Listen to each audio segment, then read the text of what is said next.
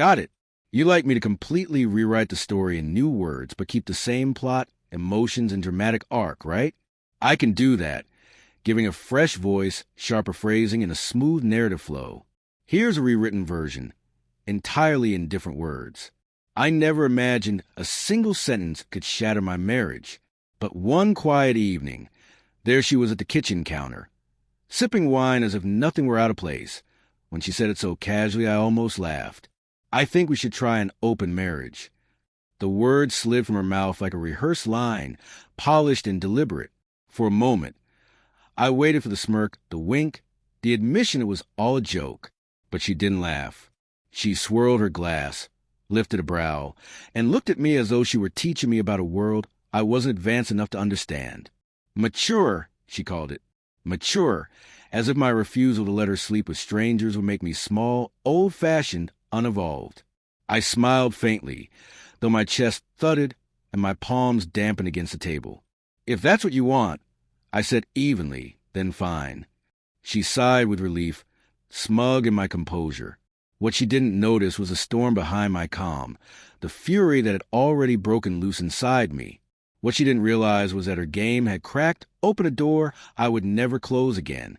In the days that followed, the evidence piled up, her phone always face down, late-night work meetings, a fragrance clinging to her skin that wasn't hers, faint bruises on her collarbone, a laugh too bright, too full, meant for someone else.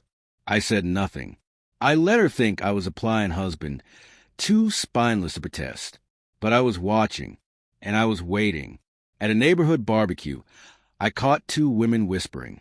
Can you believe she asked him when she already had someone lined up? That's cruel. He doesn't even know. The truth struck like a blade. She hadn't been asking me for permission. She'd already started. She just wanted me to bless it. My chest went cold, but I kept my face neutral, raised my beer, and vowed in silence I would not be her victim. She believed she could hollow me out, make me nothing. She underestimated me. The first crack in her fortress came from her closest friend. A late-night message lit up my screen. I don't agree with what she's doing.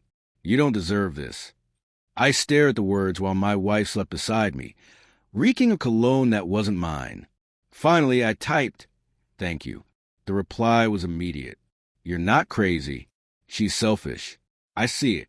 Those words felt like air after drowning. Soon, our late-night conversations stretched longer. She listened. She reminded me I wasn't worthless. Then one night, her voice over the phone, soft, steady. I care about you. I told myself it was only comfort. But at the next family gathering, the way her gaze lingered told me otherwise. A week later, on her porch under the golden glow of string lights, with wine between us, our hands brushed. Neither of us pulled away. The kiss came, tentative, then hungry, and though guilt gnawed at me, I didn't stop. For the first time in months, I felt wanted, but danger was waiting closer still. Her younger sister, sharper, bolder. After a family lunch, she cornered me. I've heard things about you and her best friend. Is it true? I dodged the question, but she pressed harder. Don't make yourself her equal. You deserve better. The way she said better sent a jolt through me, her eyes betraying something unspoken. A week later, tension snapped. In a quiet moment, too close to resist, our lips clashed, fierce, reckless, charged with everything forbidden. Her grip on my shirt, my hands on her waist. I knew then I'd stepped fully into fire. Not as her pawn, but as her rival. Fate, cruel as ever, chose that moment to bare its teeth. One evening, just as her sister's lips hovered inches from mine, my wife walked in. Her scream ripped through the air. Not just MU, my own sister. Her fury trembled into tears as she stormed out, leaving us amid the wreckage. The fallout was vicious. Friends whispered. Family judged. Her lover vanished. Her certainty crumbled. She was suddenly utterly alone. Meanwhile, I, the man she thought she destroyed, stood surrounded by the very people she trusted most. Her best friend, unflinching, told her outright, "You don't deserve him." Her sister, though guilty, couldn't deny what burned between us. She had opened the marriage to crown herself queen. Instead, she was stripped of her allies, dethroned by her own choices. One night, she demanded, "Why aren't you jealous anymore? Why don't you care where I go?" I only smiled. Isn't this the freedom you wanted? For the first time, I saw it in her eyes. Fear. She had lost control. She wasn't the one pulling strings anymore. She was unraveling, and I wasn't her pawn. I was the mirror, showing her arrogance back to her.